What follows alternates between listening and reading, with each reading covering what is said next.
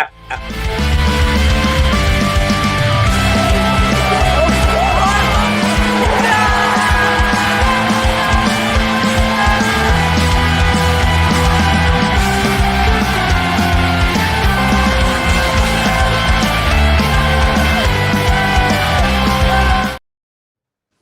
think it's fair to say it's not all going well for West Ham at the moment. That really wasn't good. Welcome back to West Ham Unofficial. I hope you are all well. It's time for the match preview. The games are coming thick and fast, unfortunately, as the Hammers take the trip up to Ellen Road tomorrow night to take on Leeds under the lights. After another defeat at home, racking up a fifth successive defeat at the London Stadium, West Ham are struggling, to say the least. And we're going to try and dissect everything over the next 30 minutes or so.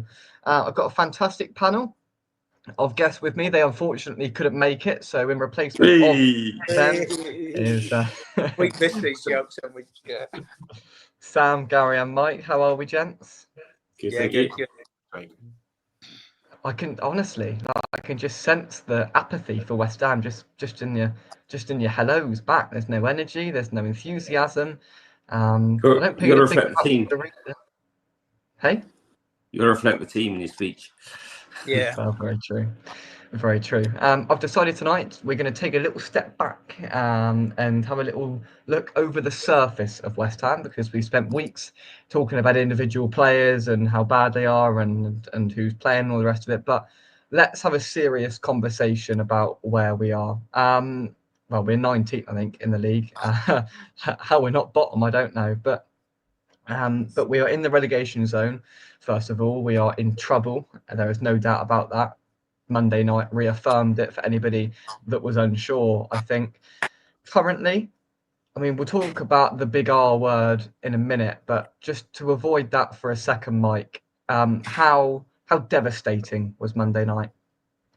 it's probably the worst performance I've seen for a long time. And yeah, I've seen us play badly, but not with that lack of fight.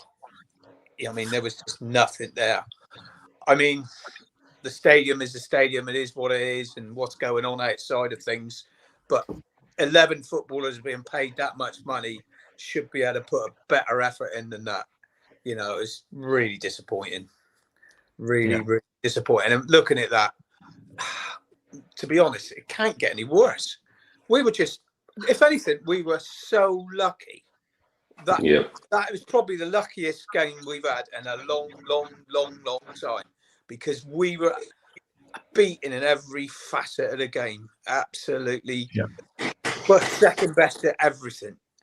And you just can't really even, you know, Somerville, who tried a bit, you know, he had a go, and Bowen was a bit off it. I mean, you look around and no one did enough. The subs that came on, no one's done anywhere near enough, and they should be ashamed to pick their flipping wage packet up at the end of the week. It's devastating to say that, in the sense of not one of those players could walk off that pitch on Monday night with any ounce of credibility from the game that they just played. It was absolutely appalling. The one most sort of damning thing I took from it was actually afterwards was the reaction afterwards, Sam. And when we looked on social media and with what pundits said, people are starting to realise Carragher and O'Neill, with some pretty stern words on Sky afterwards, and other pundits and TalkSport and all the rest of it, really starting to consider and stand back and go, hold on, West Ham are very bad, and showcased live on TV and all the rest of it. It was awful, wasn't it? It's the worst game I've ever seen us play in the flesh. And I was there for that awful game against Bristol a few years ago in the FA Cup when we were turgid. I've never been there, and it's been worse. The only positives I took out of it is that actually the fans sung for a lot of the game. I think it's one of the best atmospheres we've given this season in terms of the fans. That says a lot. And their fans were awful, which maybe that made us look a bit better.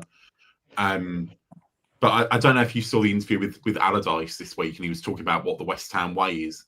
And like we hear all about the West Ham way, and it was like, how do you interpret it? How did you always interpret it? And he said it isn't about style; it's about playing for the badge. I thought, you know what? That is what we want as fans. We want players that play for the badge. It's not always the best players. It's the players that leave something. That they're the ones that we love. And not one of them played for the badge this week. Not one. Not even the younger players that were playing. No one put in a performance that made you sort of go, "Hey, you know what? I hope they play against Leeds at the weekend." It was terrible. I say it's the worst I've seen it, and it's depressing that is a first home game for a new manager, and that's what we're putting out. I know we've been saying for a long time it's not all about the manager, but like if that's the best he can do, we're in an even worse position than I think we thought we were beforehand. Absolutely, and I think that's echoed through the majority of people in the sense of like it's actually worse than we thought, and that's barely possible. I mean, Gary, I'm sure you caught it from wherever you were on your 18th holiday of the year on Monday night, but it was it's hard to summarize in the sense of, you know, we all watched it and like we all obviously knew we were bad, but I mean it reached another level, didn't it? Yeah, I mean, I've thought about it a lot since the game on Monday night. I've got nothing to add from the two gents. We were really bad, but try and take the positives. If you're Nuno, you've got to see those players play. Okay, so there's a lot of players. I mean, hopefully he's learned a lot from that game. I mean, Andy Irving shouldn't be anywhere near the first team ever again. He's a League One player. Ollie Scarles, nice lad, nowhere near physical enough. He's too lightweight for the Premier League. He needs to go out on loan. Championship. Same with Callum Marshall. Those three players shouldn't play for us again. He realises now how bad our centre-backs are. I mean, whoever signed those two for £75 million? I mean, Jesus, they are so bad. So bad. I honestly think me and Mike get our boots on for the old days and do better than that. There's no aggression there for Max. Anybody ever heard Max Kilman talk? Because I haven't. He never speaks. You know, he's 6'3". He looks like 2'7" when he's out there. He's pathetic. And Todibo, I was looking at his stats this season. Have a guess how many headers he's won this season? Not many. One. One header. I mean, how can you have a 35 minute centre that wins one header? This is ridiculous, and we need to get. And we were told when Todibo was signed, we were told that he was too good for us, and he's doing the next best thing, and you know. But we hopefully Nuno learned a lot from that game, because I sort of understand what he was doing, looking at a few players in different positions, and he had players there that had gone international duty. And Paqueta's not number 9 because the ball doesn't stay out with him. Bounces back to him immediately straight away. He needs to be playing at number 10 behind someone that sticks the ball up, keeps the ball up front. So hopefully he's learned. So I'm feeling a little bit more positive than I was on Monday night, because I think Nuno can't make that mistake again, and he should revert to a stronger lineup on Friday. Well, you'd like to think so, and that's, you know, that is a different angle to it, in the sense that we all looked at that lineup an hour and a bit before and went, flipping heck, this could be bad, and it was as bad as we thought. There were some rather questionable decisions in there, whether it was leaving out, you know, Wan-Bissaka and Juve, not playing a striker, putting Scarles on the wrong side. I mean, there was various, bringing Rodriguez on with 10 minutes to go, why, when Potts was on the bench, another baffling decision. The lack of Callum Wilson involved after scoring, after having the sheer audacity as a striker to score a goal in a West Ham shirt. We haven't seen him since Forest, I don't think, barely. And hopefully, you know, Nuno has reflected, and I thought his post-match press conference was honestly productive.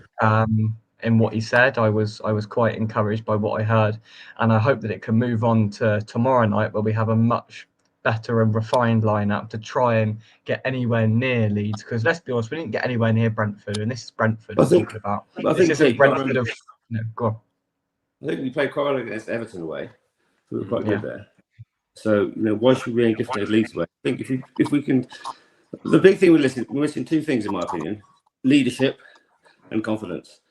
And confidence is a hard thing to grab. But leadership, somebody needs to get out of that team and just lead them through the game. That's what we need. I don't know who that's going to be, but whether it's Bowen or whether it's Kilman, or someone's got to really lead that team. Absolutely. Let's take some comments. First of all, I'm going to take real pride in this comment. Question for Sam: did Jake make it to the bar on Monday? He did, but he cheated cheated at the bar. It froze. I heard none of it. That is typical. I heard none of it. a bit like you getting your wallet out of your pocket. Like, I don't think it counts when you go to the bar and you come back with a half. Yeah, but that was wise. I thought you were. It was wise at that moment in time. It doesn't count as a round if you're buying a half. No. Don't tell me he took cash to a Castis bar, didn't he? No, it was the Cow, a very posh and expensive establishment. Oh, you went in the Cow, did you? Oh my God! Very Yeah. nice. Yeah. Oh, I don't hang about.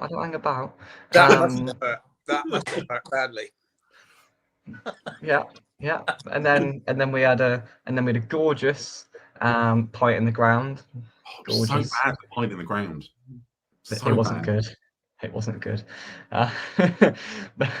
There was just something not quite right about it. But we're both still here, so it couldn't have been that bad. But yes, good evening to everybody. Usual suspect. I hope you are well. Thank you very much indeed for joining us. If he puts our best players out Friday, we still don't win. I feel we are down already. And one thing I was just going to say there is that we didn't even get close to Brentford. And you can say, okay, right, that's bad, but this isn't Brentford of Embuemo, Tony, Frank. This is a Brentford side down there with us, right? Struggled at the start of the season, beat Man United, but that's not a big mean feat nowadays. And they've lost some bad games, and it wasn't even a contest. We can't even call it that. It was a battering, and as we've all referenced, it could have been a lot. It could have been a lot heavier defeat on another day, and that's the reality of it. So now we've got to look forward and go, right, we could be deep in trouble by that January transfer window opens in what's that, 6 weeks time, whatever it is. We could be in deep. We're in deep trouble now, but it could get bleaker. But my concern is that people use the January transfer window as a sort of, we can try and get out of it there, but it could get worse at that point because our recruitment is awful. And it's not all of a sudden just going to get better, is it? I mean, the reason we're in this hole is because of recruitment. It's because of the players we've bought and how bad and how ill-judged those decisions have been. So I hold no faith in January that we're going to go and bring the right players in to keep us up. So we're stuck with what we are, effectively, because Solomon's not spending loads of money because he just feels like he's chucking it down the drain. So we're stuck with what we've got. My question, Sam, is can we stay up with what we've got in its current state? I think we can. I think you look at the other teams that are down there, and we've got a better squad than what they've got. You look at it on paper, and we've got a better squad than Brentford. We've got a better squad than some of the other players down there. We've got a better run club than Forest, and that only goes for Forest. There's no other club that I put below us in that regard. So I think we can. Do I think we will without some signings in January? I think that we're only going to get loans in January. We know there's financial fair play, whatever. And I agree. The money that has been spent has been thrown down the drain. So why would you keep throwing money at it? But we need an actual player that can score goals. And we need someone that can stop goals from being scored at the other end in a central defender. And that's before we even get started on that midfield. There were glimmers on Monday of some players that may be in the right system with a bit of confidence that might do something. I was pleased that he trained as much as he did at half time. When you know what, that didn't work. But we should never see Guido Rodriguez in a West Ham shirt again. But I don't know how many times people keep saying that. Like, how does he keep getting a chance when there's? I'd have brought Fabianski on ahead of him in midfield. Like, at least he's got some height. Like, honestly, he goes down. He goes down as one of the worst. I mean, some of you gentlemen at the bottom of the screen are much more experienced than I am. But for me, he goes down as one of the worst. Like, one of the worst. We've had some bad ones, mate, over the years. Yeah, utterly dreadful. But I mean, the shift, Mike, that has happened since the game on Monday is where relegation has been talked about as something just over the hill sort of thing, where people have started to have serious conversations in the last 3 days. It's tough. It's tough. We are not even in December. Sorry, we're not even in November. My apologies. We're not even in November. We're still in October, and yes, it's still early. But these warning signs, and this is what I said post-match on Monday night is these warning signs haven't been here since the start of this season. These warning signs have been here the moment we were safe last season and we realised how crap the teams were last season. This has been coming for years, right? And I can't help but think that we're going to meet our end. Yeah, this has been happening for a long time there, Jake. Honestly, the recruitment has been just cut price all the time, and we've never really got the right players in. You look at our signings, you can probably list about 25, and probably about 4 of them have been any good. And that sums it up. That sums it up. Our squad is too weak. Everyone can see we've got lack of legs in the middle of the park. I've been saying it for so long. You know, I was shouting about signing players like Anana because the guy gets around the pitch. He's athletic, you know, something that none of our midfielders are. You know, and I love Tom. I really do. The guy splits his head open again. He gets up and plays on. But the Premier League now is passing him by. It's just too quick for him. And I feel for him because he could play in a team where he had legs around him, but we ain't got no legs to go around him anyway. So I just feel for Nuno as well, what he's got to do with these players. I really do. If he can get a tune out of this lot, then he is probably miracle the worker of the season. If he can turn this round, he'll be the manager of the season. Because in my mind, there's only one way we're going, and that's down at the moment. If we carry on like that, the only good thing, Jake, is I just don't think we could be any worse. But could we be as lucky again to get away without conceding 6 goals? Well, that's the thing. Gary, you mentioned leadership earlier on, and it's a key thing that we've been lacking. Now, the comment in the chat, I was very critical in the summer when we let Alvarez go, when Alvarez wasn't good last season. I know this is rehashing old stuff, but just think, again, it links into recruitment in the sense of we've let go a leader. He wasn't very good last season, but nobody was. And we've left this squad criminally undercooked with leaders and players that are going to be willing to speak and vocalise. I actually did a video earlier on discussing leadership, and I asked the question of where Mark Noble's gone. Now, I'm not expecting Mark Noble to get his boots back out or become manager, but Mark Noble has got his feet under a desk with a suit on. We haven't seen him for years. This is the situation where you need Mark Noble to resurface that speech that he gave to those 13-year-olds a couple of years ago that got put on social media about what it means to wear this shirt. Some form of leadership needs to be introduced here, whether it's a player or whether it's somebody, because currently I've never known such a disconnect or a disillusionment between a set of players and the fans, because people are just hopeless with it, Gary. No, I agree. I mean, when you're playing a game or you're at work or in life generally, when things go tough, that's when it shows what sort of character you got. You either stand up for yourself or you lie down. All our players at the moment are lying down. Now, I don't know what Alvarez's loan deal is. We've got a recall option, but if there is, we should call him back in January. Play him at centre back, where he played for Mexico in the summer, when they won the Gold Cup, and he can lead from there. He probably gets 3 red cards by the end of the season, but he will show some fight. That's what we need. Passion. It is contagious. I do think we have got some legs, maybe not quality. Fernandes, Mombasa, and Potts in midfield. Sutek should be on the bench. I mean, there's two passes in a row on Monday night. He had the ball and just keeps kicking out. He's just technically he's useless. I'm afraid, absolutely useless. Yeah. He scored a lot of vital goals for us, and I give him that. But he's not good enough for Premier League anymore, so he needs to go out as well. The players are there, and I think Bowen and Sullivan on the wings and Wilson up front. We've got going forward. Our biggest weakness by far is the centre backs. Our centre backs are useless, absolutely useless. And so our goalkeeper. So that's where our problem is. We've got to find someone, this Igor guy from Brighton or Golan Beckis from the reserves. Someone's got to come in and do something.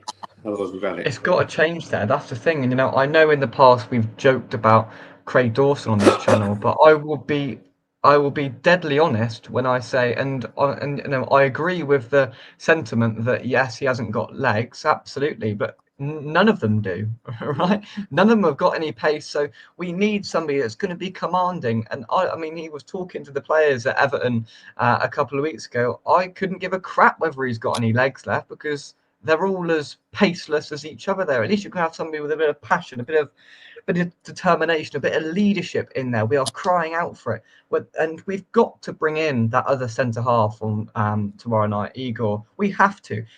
If he plays them two again, then he's part of the problem, Nuno, right? Those two cannot start together again at centre half tomorrow night. It cannot happen. It was a complete car crash. I've never seen anything like it, and I've seen some crap in my time. This bloke cannot be any worse than the two that we've got there.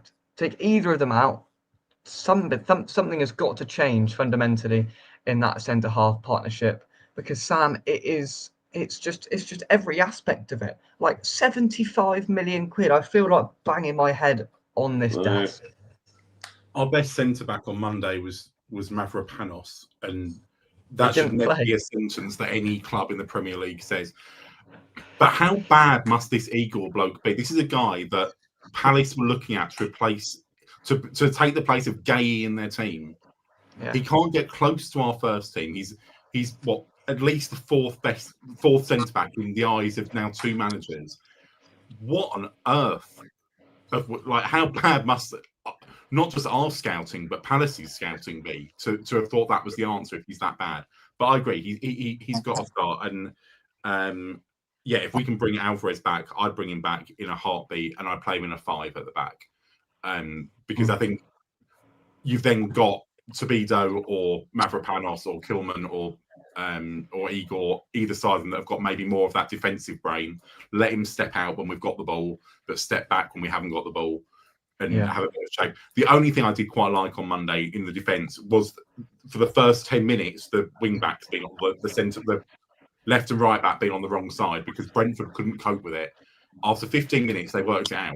And at that point, we should have switched them back to the sides where they can actually play, so as that Skulls could have put a cross into the box, or the other way around with Walker Peters, because they were getting forward and then going, oh no, I don't know what to do now because I'm on my wrong foot. They couldn't work out the cutting in like a forward player. But it did fool Brentford for that first 15 minutes, and that was the best 15 minutes we had. But no, we've got to bring Igor in, because he can't be any worse than this lot. It can't. And then you go forward to the midfield. Now I'll take some comments here because they mentioned the midfield. And Mike's expression sums it up. Poor recruitment, badly prioritised windows, constant changes of philosophy, and in a nutshell, that's what it is. That's what's killed us at the moment, to be totally honest. I mean, here Fernandes was severely overpriced, another nondescript midfielder. I was quite impressed with his first game, but I can't say I've actually noticed him since. I'll be honest, I think trouble with Fernandes and Walker Peters and Hermansen, they were signed for relegated clubs. They're used to losing. And once you get used, lose is a habit, I'm afraid. And if you step out on a pitch, Mike knows as well, you played the game, you step out on a pitch and you think you're going to win, most of the time you win. But if you step out on a pitch, you think you're going to lose, most of the time you're going to lose. Simple as that. He doesn't stand out in it, and granted, it is a dreadful midfield, absolutely. I mean, I don't know how it would compare to the midfield he was part of last year at Southampton. I don't know, I didn't watch them enough, but I mean, it couldn't have been much better. Well, Flynn Downs, there you are. Eamon says the warning signs were there when Moyes said, absolutely, even when we won the conference, the signs were there, hence why we hired Moyes twice in quick succession. I mean, that season was dreadful. Apart from the trophy, it was dreadful. This is dreadful games. Yeah, I mean, this hasn't just appeared overnight, and this is the thing that's annoyed me most about the naivety of the people in charge, is that we've just let this happen, and it could have easily been acted upon, but it just hasn't been. I've got one positive though. Mike, do you want to hear my one positive for tomorrow night? Have your one positive. I haven't got any. Go on. We are not at home. That's my one positive. Yeah. Well, do you want a little stat now, dear? 236 days since we've won at home. Worst ever record in the history of our club. 5 600 seats. I mean, it's 5. I mean, it's the first time since 1931. Mike was 3 then, for goodness sake. I won that. You know? Mike was 3 when we lost 4 successive games at the start of the season. I mean, Mike's son was 3, Jake. You're wrong. Yeah. Oh yeah, Mike's son was 3. Yeah, of course. Yeah, absolutely. His eldest son, though. You know, let's not They've all Let's just not- switched on let's not do them a disservice. But I mean, you can chuck the book of stats and facts at it, can't you? It's In all honesty, I think we've got a real problem at home. I think there's a big disconnect. The pitch is too big. The opposition love playing there. You can see they love playing there. It's a nice big pitch. yeah. The We've got fans, no advantage whatsoever. no, No advantage. zero. We've got a Zero. disadvantage at home. Yeah, I The agree. trouble is now, though, with the fans, and obviously I'm one, and I turn up. You turn up expecting to lose, Yeah, you do. and Yeah, that's the definitely. same with everyone in the whole stadium. They're just, they sing bubbles at the start, and then you've had 5 minutes on the pitch where we might do something, and then they score, or we look like we're being bombarded like we were against Brentford, and then the fans are just they're dumbfounded. They're sort of, how the hell, how can this keep happening week after week after week? Yeah. It's just, I mean, they've all turned on the owners, which is the right thing, because they're the ones that have, got us into this state. No doubt about it. And Yeah. I totally agree. The recruitment's been awful for a long, long time. Something's got to be done. I will protest. Whether it'll do any good or not, I do not know. But I don't see us going anywhere until they're out of it. No, I agree. And I think it's irrespective of what happens on on Friday tomorrow, is that next weekend, for the sake of the protest, I hope we stay in the game. I really do, because there's the plan sitting after the Newcastle game, and I really hope we're not 3-0 down after an hour, because then there'll be nobody left there, unfortunately. I hope somehow we can try and stay in the game, purely for the for the reason that we can, there'll be a collective amount of people there vocalizing his supported the team through the game. You never know, miracles may happen. We might only lose 2-0, and that's when the vocalization can happen. And I hope it's a large amount of people, because at the end of the day, it just can't carry on like this, can it? Like we can all sit here and normally I look forward to this, but it's getting utterly depressing. Like it's just painful, really painful to think about and to talk about, and it's not going to change. And we've got months and months and months on end of this, and however long, whether we last in terms of before we get relegated, because it just seems like that inevitability at the moment. And I knew we were bad at the start of this season, absolutely, but I never thought I'd sit here before November and say it's an inevitability, because unless we change, unless something fundamental, that's them nacho cheese chips. They've done my head in. Too many nachos. I think we got away with it last season, Jake, because of the promoted teams were so bad. You're right, mate. But this season, Sunderland are going great guns. Burnley got a bit of fight, and Leeds have got a bit of fight. So we are in big trouble. Yeah. The one thing absolutely. I can't understand is how Wolves are worse than us. They must be really I bad. know. That's funny, isn't it? I mean, and they beat us. I mean, that was in a bizarre, bonkers last 10 minutes, mind you. But they flipping beat us as well this season in the Carabao Cup. But That's true. no, it's really bad. And Nigel couldn't be with us tonight, but he's going tomorrow night, and I commend him, and I commend everybody that is taking the trip up to Leeds. And for the first time in a long time, I sat down and I went, do you know what? I actually don't want to go. It is a hell of a long way on a Friday night, and I think away games are more fun than home games at the moment, to be honest with you. They are, definitely. but for sure. But it's just the game, and we are going to lose. Like, I'll be incredibly surprised if it's anything but. I don't think we will, actually. I honestly don't think we will. I think he's learned his lesson. I think we'll have virtually 6 or 7 changes, and if you've got anything about you at all, you played in that game, anything about you, you'd be so embarrassed. Yeah. You really put a fight in. You can't not look at that game and be embarrassed. We got humiliated at home by a team that was 17th in the league before we started. It wasn't Arsenal. It wasn't City. It wasn't Liverpool. It was bloody Brentford. Jesus. But Gary, they went for our weaknesses. They went for our throats. What they did was they hounded us in midfield. They knew we didn't have the legs. Henderson just sat back and tidied up and gave it to the others who did all the running, and then they got the throw-ins. They hounded us. They got throw-ins and corners, and really, I thought we did quite well to keep a few of them out. And well, a lot of it was pure luck why we didn't concede more. But that frightened us to death, and they kept bombarding us. Keeping us in our own half. We didn't let us out of our own half at all. And No, I agree, Mike. We're like rabbits in the headlights. With them throw-ins in that game. And every time I thought, oh God, here we go, here's another one. But Brentford got their tactics absolutely spot on for us. Yeah. Oh, they played us completely, completely in every way, completely schooled us. Yeah. Let's go on to some predictions. Sam? I've had a 5-hour drive today, and I was trying to work out whether this was when I predicted we'd lose for the first time. For a long part of that journey, I thought I would. But I've been talked around during tonight. I'm going to go 1-1. 1-1. There we go. I think you've just nicked Mike's prediction, but he's keeping a poker face. I'm done. Gary?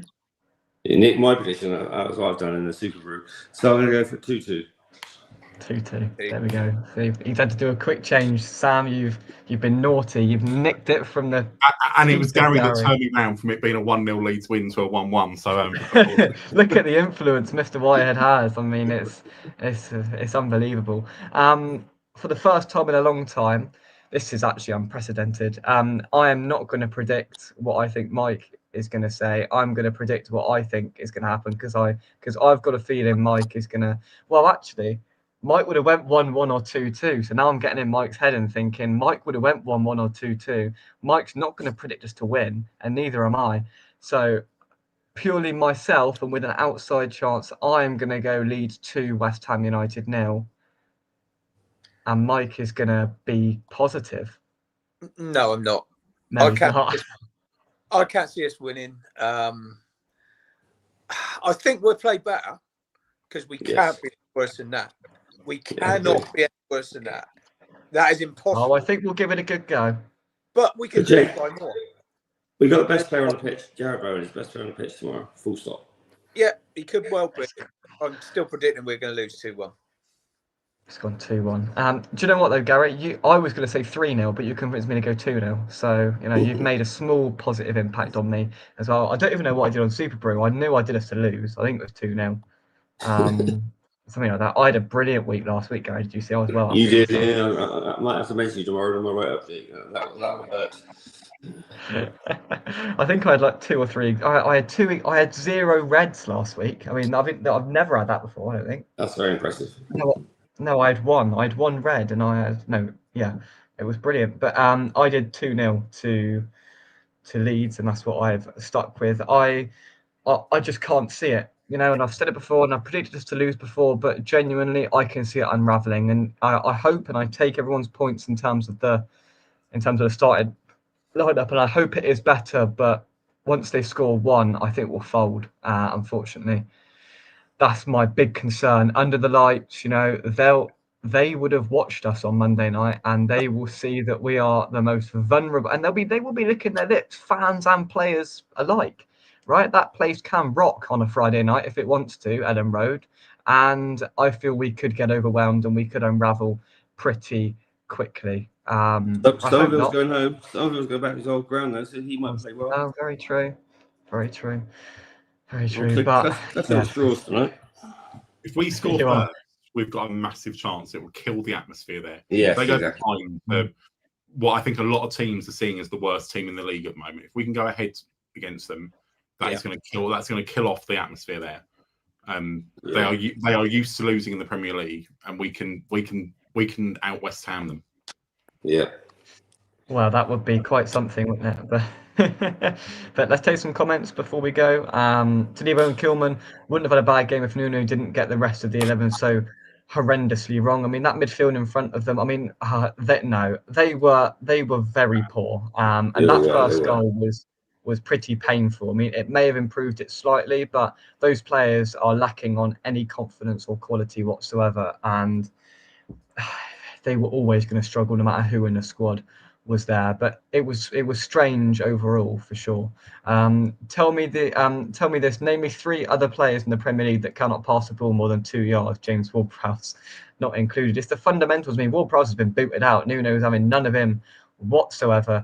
But it's just the simple things that we get so wrong. And it's like, what do you all do all week in training when we're all at work and doing things? Like, what are you all doing? Like, Yeah, it's confidence, well, mate. It's when we're at confidence. work, Gary's not at work, but the rest of us are. But It's confidence, mate. That's what it is.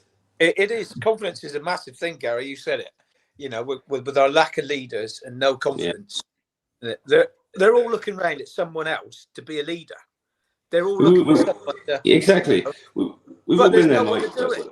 Whether on the football field, the golf course, or snooker table, when you're feeling confident, you don't mind. But when you're feeling not confident, you can't do anything right. No, absolutely. Amy says, I want us to beat Newcastle and then we still vocalise how we want the board out just so the message carries more. I mean, that would be that would be the perfect scenario. I mean, that would be quite something to beat Newcastle. How many they beat Jose Mourinho's Benfica 3-0 last night, didn't they? I think. But they haven't won away yet. They're in the Premier League. I mean, yeah, absolutely. To win, then obviously everybody's going to be in there at the end, and then hopefully the more stay, and then that would 100% carry the message better, 100%, and obviously we win, which is what we all want anyway. So 100%, I echo that for sure. The decision at half time should not have been to go back 5 either. It just invited more pressure. I disagree with that. We looked more solid at the back when we had the back 5. We didn't look great going forward, but we didn't look great going forward anyway. But we didn't, all the time that we had the 5 there, we didn't look like conceding a second goal. They were on top, but they weren't getting into the penalty box. We were somewhat keeping them at bay, albeit they had the ball. It was once Mavropanos went off that we started looking weaker again. Yeah, I think I think it was like a consolidation more than anything. But it is a disjointed mess of a squad. I couldn't put it any better. But there we are. One question for you all. One final question. What do we do with Lucas? What do we do with him? Drop him. It's a difficult one, yeah. But I'm nearly with Sam on it because he's just, you know what he's like. He's the worst one for his head goes down when he loses the ball. He don't move it quick enough. He should be our best player. He should but be. At the moment, he's doing us no good at all. No. I'm going to return to what you said a moment ago, Gary, and that's confidence. A player that thrives off confidence, and he was very good at Nottingham Forest in the aftermath of nearly being sold to Aston Villa. You've got to drop him. Because I stood there on Monday night thinking, how's this guy just get a free pass every week? That's literally what he gets. He gets a free pass, does nothing, and then he's always in the side, and nobody really questions it. He offers nothing, absolutely nothing. He's the most seller of West Ham, isn't he? Wow. Yeah. There is a point. Yeah. I mean, every team needs a maverick, but when we've had mavericks before, we've always had workhorses around them. We've had people like flipping, roll their sleeves up. Billy Bonds. You go back to him. You go Julian Dix. You go Lucas Neal. They're all players that roll their sleeves up and worked around him. John Moncur, Ian Bishop. But we've had mavericks in our team, but they were helped by the workhorses he had around him, and that's what we haven't got now. We haven't got but that's the flip side of the equation. Is you look at it the other way and say, actually, when he looks left and right and behind him, the hell's he got there? And he could improve it himself because he's been just as bad. But is he a sort of player that, as Mike just said, is he a player that needs those players to be playing well around him? Because then he improves. I mean, the first game where Fernandes came in for the Forest game for his first game, and those two looked really neat together. That seems to have just fallen by the wayside a little bit. But he needs players around him that are playing well in order for his best game to come out. He is a tricky customer, but when he turns the last 2 years, he's probably turned up about 3 times. He's been used as a so-called false 9 a few times, and he's never had a decent game there. Yeah, that's not his position. No, I agree. No, he's a number 10, and that's all there is to it. to be He fair, needs a workhorse striker playing off him. And, yeah, he does. Yeah, and really, we've only like I know Wilson will probably come in and Wilson will work hard, but he's not got everything that Paqueta needs. I think until we've got Fulkrug back, and then I think we should look at stuff again. Who's the logical person to take out to bring Wilson in? And it's probably Paqueta, so as that we can play Magessa and Fernandez in the midfield. that's what I think we got to do. We got to go with legs. Yeah. Yes, we are. And, and I mean, Eamon makes a perfect point. Paqueta is a luxury player. Unfortunately, luxury players only work when the rest of the team are good enough to take on the extra workload. I couldn't have put it better myself. That's in a nutshell what we're all trying to articulate. And at the end of the day, when you're in a relegation dogfight, would you rather a Mark Noble or would you rather a Lucas Paqueta? I mean, I think we could all answer that question, can't we? Yeah, you got to have people prepared to fight, roll their sleeves up, and say, right, we're in a dogfight here, and if we don't start scrapping away for some points, we're going down. And they should have, not just play for the badge. They should have some self-pride, and I don't see that in them at the moment. I don't see. Yeah, and that's the sense. If we go down, he'll be the first one out of the door, but we won't be able to sell him because nobody will want him if he keeps going on like this. And I mean, that goes for everybody. There'll be a lot of players that will be racing to be the first out of the door if we go down in the summer. But who's gonna take these players? Clubs with equally as crap recruitment as us. There's not many of them around, Jake. It's not. I mean, that limits it down massively.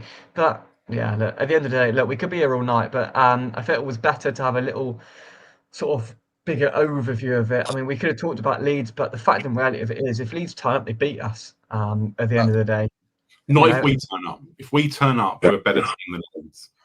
Think of the Everton game, Jack. Everton game, new stadium at Everton, and played really well second half, and arguably you could have got all 3 points. But can we bring that currently? Why not? I think we can. It's going to be tough. I know what you're saying. I'm not saying you're wrong, Jake. But I'm saying it's going to be tough. But we've got to believe in it. If we don't believe in it now, without it. Yeah. And if he turns it around, it's miraculous. Let's not forget we played on Monday, right? And if it feels like we haven't even got past this game yet. I mean, it was a pretty big, and there was lots of talking points, and there was a lot of discussion to be had after it, but it feels like we've only just finished that one and we're on to the next one. And then playing Monday, Friday is ludicrous. Why Sky decided to put both of these games on TV, I never know. They're probably dreading tomorrow night because people probably watched us on Monday and thought, sod that, I ain't watching them again on Friday. So basically nobody's going to be watching it on Sky tomorrow night, apart from a select few West Ham fans that are going to put themselves through it. But it's a quick turnaround to pick yourself up after such a damning and devastating defeat. If Nuno can do it, I commend him for it. I hope he does, and I hope we can just cling on to something because we need any point we can get currently. Can we beat them? Yes. Will we beat them? It's a whole nother story at the end of the day. And just gotta hope that the football gods are on our side and a bit of luck along the way, and we can turn up. But gents, thank you very much. I feel like we've had a very informed 43 minutes of grown-up discussion, which is good. Yeah, very good. I haven't mocked you once, Jake. No. Pardon? Exactly. No jibes at me. We've left you alone tonight, Jake, haven't we? No jibes at me. Honestly, 2 minutes before on air, I was getting pelters left, right, and centre. But as soon as we went on air, I've got my 3 professional pundits alongside me who have put in a fine shift this evening. So I thank you very much for that. Gary, you at Newcastle? Yes, I'll be there. Pardon? Yes, I'll be there. Well, if you get there more than 45 minutes before kickoff, I'll buy you a pint because they're cheaper, all right? Someone get some water for Gary. Wake up, Gary, but not after 45 minutes before kickoff. Gary, I'll be there to witness it if that's going to happen. Yeah. Wow. Yeah, Mike. Mike, are you As I open the gates, Jake, I'll be there. 1.5 hours Sorry? before when I open the gates, 1.5 hours before, I'll be there. Still at the bar waiting for it. I mean, Sam, you enjoyed a pint from my wallet on Monday. Did it taste any better than the one before it or not? Well, it tasted better than the pint after it. Very That's true. Very true. Very true. But no. Thank you very much, and everyone for watching. Drop a like on the video, subscribe to West Ham Official. There's plenty of content for you to go and feast your eyes over on the channel. I did a little video walking around Wembley earlier and got stuck in like a wind and rainstorm, which was just my luck. So you can go and watch that purely for entertainment purposes, if you like, as I tried to grapple for some cover, which was not ideal at all. So I talked, as I said earlier, a little bit about Mark Noble and how we can try and incorporate him back into it. There's the Brentford vlog, and then there's a much better vlog from the San Siro, as I was in Milan over the weekend and witnessed a proper atmosphere. And I must say, the first half of that was very much like watching West Ham, but AC Milan turned it around in the second half. And that is a very good video to go and check out on the channel as well. But until then, there'll be no build-up show tomorrow. I'm otherwise engaged. But until then, thank you very much for watching. Drop a like on the video, subscribe to West Ham Official. Any final words, gents? No, I'm off into the sunshine, mate, so you won't catch me. Enjoy your trip to Poole. Is Mike going on holidays? Mike, you're not going on another holiday, surely? Yeah, I'm going to Tenerife. Yeah. He has more holidays than me, that boy. He does. I tell you what, Mum and Dad are going on holiday on Saturday. Well, no, it's the thing. Dad commented earlier, like, is anyone going on holiday? Like, they're going on Saturday. I wasn't invited. Yeah. And then Mike's going as well. Honestly, Mike, how many holidays have you been on this year? Just count for me quickly. I can't remember, Jake. Ridiculous, honestly. Boss in there, so I can't remember. Next year, we'll be getting this flipping 300 quid winter fuel payment to go alongside it as well. There'll be another holiday that'll be going on. I mean, God. Funny you say that. Funny you say that. Yeah, brilliant. Brilliant. Oh, dearie me. Right, well, no, fair play to you. Fair play to you. Right, that's your point. Next week gone out of the window, Mike, if you're going to... I'll be back Saturday night. I'll be there Sunday. It's going to cost me a fortune. I should never have said anything about this. That's £4.50. I had £4.50. That's £9. If I have a drink, we're talking 15 quid here. Blimey. See, look at Gary. Look at the devilish smile on his face. He can't wait. Oh, I can't wait. Do you get some food as well, Jake? Do you get hot dog as well, Jake? You can jog on. Hot dog, they're about 12 quid in there, aren't they? I wouldn't know. Yeah. I wouldn't know. But yeah, right. From us, come on, you irons, and we will see. We'll see you soon, right here on West Ham Official. Thank you very much. Try and keep the faith. I haven't, but try to, and we'll see you soon. Bye bye.